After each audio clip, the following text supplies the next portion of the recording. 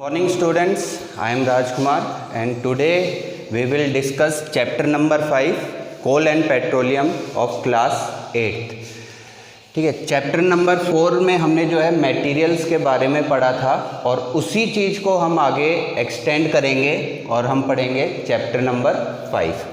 देखो, daily life में अगर हम बात करें तो हमारी बहुत सारी क्या होती हैं, बेसिक नीड्स होती हैं, बहुत सारी हमारी ज़रूरतें होती हैं और उनको कंप्लीट करने के लिए हमें डिफरेंट जो है मटेरियल्स की रिक्वायरमेंट होती है. ठीक है, मटेरियल्स की हमें रिक्वायरमेंट होती है. अब मटेरियल्स हमने जैसे metal and non metals chapter number 4 में पढ़े थे, तो वैसे ही यहाँ पे हम उससे आगे चलते हैं और आगे हम कहते हैं कि ये जो मटेरियल्स हैं ये दो तरीके के हो सकते हैं. एक तो मटेरियल्स हमारे पास वो होंगे जो हमें बाय नेचर से मिले होंगे और कुछ मटेरियल्स ऐसे होंगे जिनको इंसानों ने बनाए होंगे, जिन्हें हम कहते हैं मैन मेड मटेरियल्स. तो बेसिक नीड्स को अगर हम कहें कंप्लीट या फुलफिल करना है तो नेचुरल, इसको हम लिख लेते हैं, it is natural and man made. ये दो तरीके के हमारे पास मटेरियल होते हैं या टू टाइप्स ऑफ मेटल्स. हमारा जो मेन फोकस रहेगा इन दिस चैप्टर वो हमें रखना है नेचुरल मटेरियल्स के ऊपर. ठीक है, नेचुरल मटेरियल्स को आगे भी हम सब डिवाइड करेंगे और इसको जो हम डिवाइड करेंगे वो किस बेसिस पे करेंगे वो हमें पढ़ना है इस कंप्लीट चैप्टर में. तो देखो, अगर हम बात करें नेचुरल, तो नेचर से हमें क्या है, एयर भी मिलती है, नेचर से हमें सनलाइट, ठीक है, सॉइल भी है, मिनरल्स भी हैं. तो बहुत सारी चीज़ें हमें क्या हैं, थ्रू द नेचर मिलती हैं. तो इन सभी को हमें क्या, अगर डिवाइड करने की बात है कि हम कैसे डिवाइड करेंगे, तो इनको बेसिकली हम डिवाइड करते हैं, आपका जो पेरीमीटर या आपका जो फैक्टर रहेगा वो है अवेलेबिलिटी.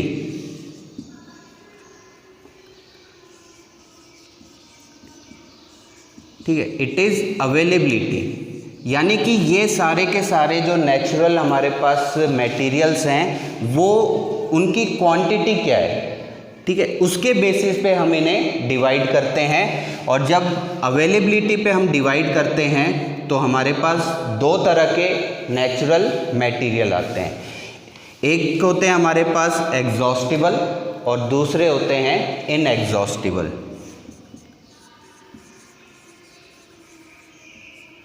ठीक है, first is your exhaustible and second is your inexhaustible.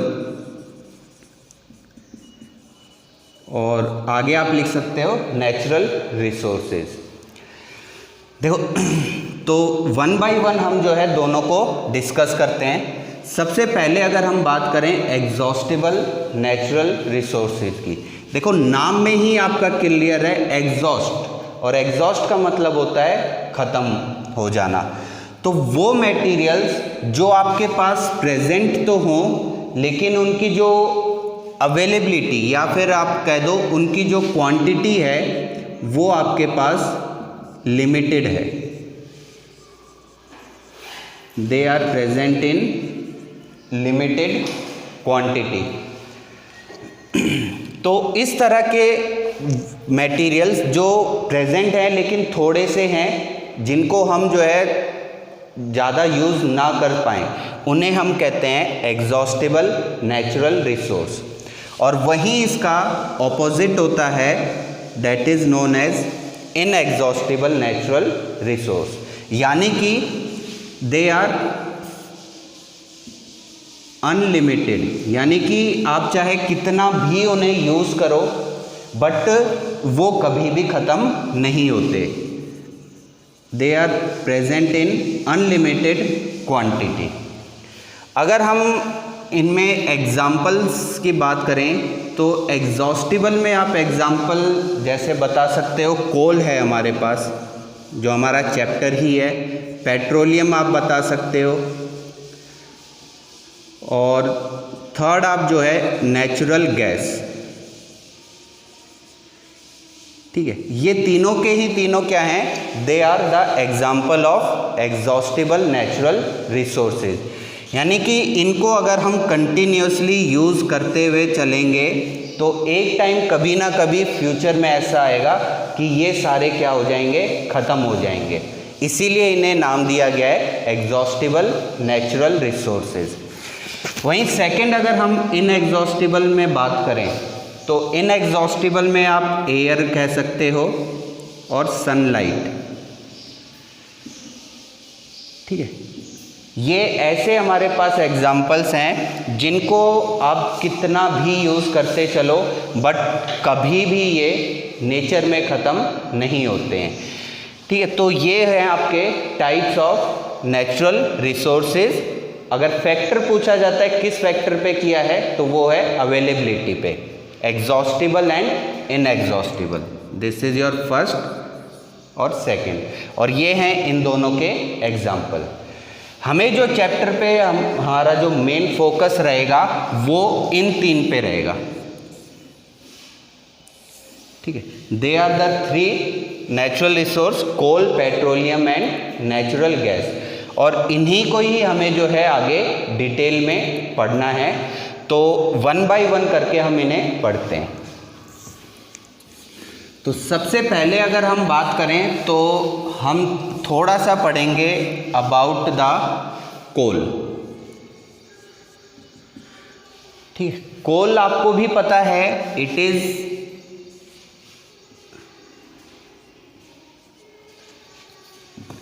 अगर कोल का आपसे जो है कलर पूछा जाता है तो आप बताओगे it is black in colour. Coal जो है वो आपको ब्लैक कलर में मिलता है। और एक आपका क्वेश्चन भी है इसमें एक्सरसाइज पे, और वो है कि what are the usages of coal, यानी कि कोल के क्या क्या यूजेज हैं। तो ये जनरली आपको भी पता है, बट हो सके तो कम से कम 5 तो यूजेज आप याद रख लेना। मान लो जैसे फर्स्ट आप कह सकते हो कोल को हम किस में यूज़ कर सकते हैं, फॉर कुकिंग फूड आइटम्स। अगर कोई भी हमें फूड आइटम यूज़ करना है तो पहले के टाइम में क्या होता था, वहाँ पे गैस एंड सिलेंडर्स नहीं होते थे, तो कोल की हेल्प से हम फायर को यूज़ करते थे फॉर कुकिंग पर्पस। सेकेंड आप कह सकते हो कि कोल को हम जो है स्टीम इंजन्स में भी यूज़ करते हैं। ठीक है, यानी कि भाप के इंजन आपने पढ़े भी हुए हैं कि कोल का यूज़ करके हम क्या करते थे, वाटर को हीट करते थे, और वाटर जब हीट होता था तो वो चेंज हो जाता था इन वेपर्स, या फिर स्टीम हम उसे कहते थे, और वहीं से हमने उस इंजन का नाम दिया था स्टीम इंजन। थर्ड आप ये कह सकते हो कि कोल को जो है हम thermal power plant,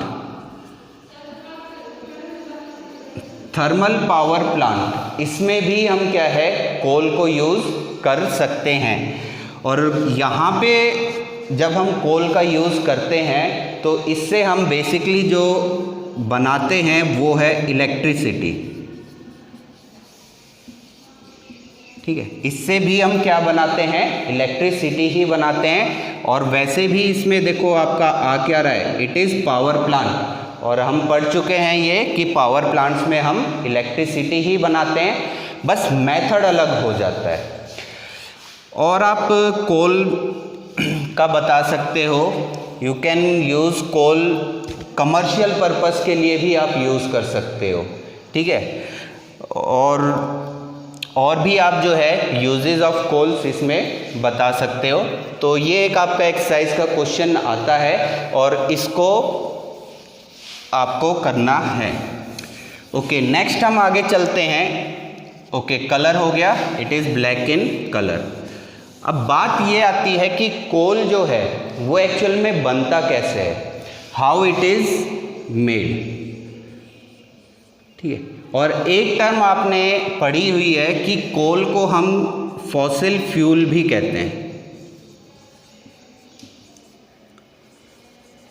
coal is also known as fossil fuel. अब क्यों कहते हैं कोल और कैसे बनता है, दोनों का आंसर आपको एक ही साथ मिल जाएगा। देखो होता क्या है, मान लो हमारे पास क्या है, बहुत सारे फॉरेस्ट हैं, कई पेड़ हैं, कोई बड़ा भी है कोई छोटा पेड़ भी है। लेकिन जब नेचुरली क्लाइमेटीज होती हैं, यानी कि जब बाय नेचर कोई ना कोई प्रॉब्लम्स आती हैं, ठीक है, जैसे कि मान लो आपके फ्लड आते हैं, ठीक है, आपका अर्थक्वेक आता है, ठीक है, या फिर लाइटनिंग भी आप कह सकते हो,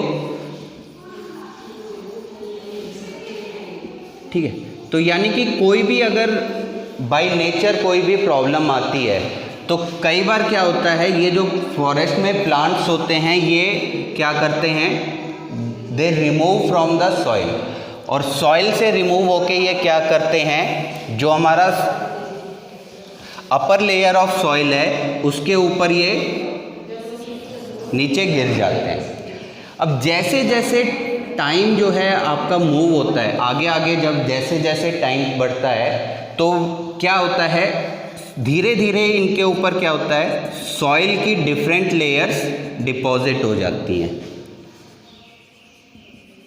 सॉइल की डिफरेंट लेयर्स इन पे क्या हो जाती हैं, डिपॉजिट होती रहती हैं, जिसकी वजह से ये जो ट्री था वो धीरे धीरे क्या आ जाता है आपका डेप्थ, यानी कि नीचे धरती के नीचे चलता है, जाता है। जैसे जैसे कोई भी डेड प्लांट अर्थ के जो है नीचे जाएगा, वैसे वैसे क्या होता है, इसका टेम्परेचर और इस पे प्रेशर, टेम्परेचर और प्रेशर दोनों ही क्या होते हैं, इसके ऊपर इंक्रीज होते जाते हैं। बट ये दोनों जो चेंज होते हैं ये एकदम रैपिडली नहीं होते हैं, ये जो राइज होता है इनमें या जो इंक्रीमेंट होता है वो स्लो होता है, स्लो इंक्रीज, ठीक है। तो धीरे धीरे जैसे जैसे इंक्रीज होता है तो इसमें क्या होता है, ये जो डेड प्लांट था हमारा ये चेंज हो जाता है इन कार्बन में चेंज होता है। और ये जो प्रोसेस है कि डेड प्लांट आपका कार्बन में चेंज हुआ है, इस प्रोसेस को हम कहते हैं कार्बोनाइजेशन,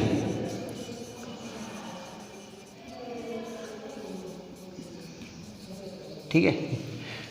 कार्बोनाइजेशन क्या है, कार्बोनाइजेशन आपका एक ऐसा प्रोसेस है जिसमें जो भी डेड प्लांट्स हैं वो धीरे धीरे जब सॉइल में नीचे जाते हैं तो टेम्परेचर और प्रेशर धीरे स्लोली इंक्रीज होता है, जिसकी वजह से वो डेड प्लांट चेंज होते हैं कार्बन्स में, और इस पूरे प्रोसेस को हम कहते हैं कार्बोनाइजेशन।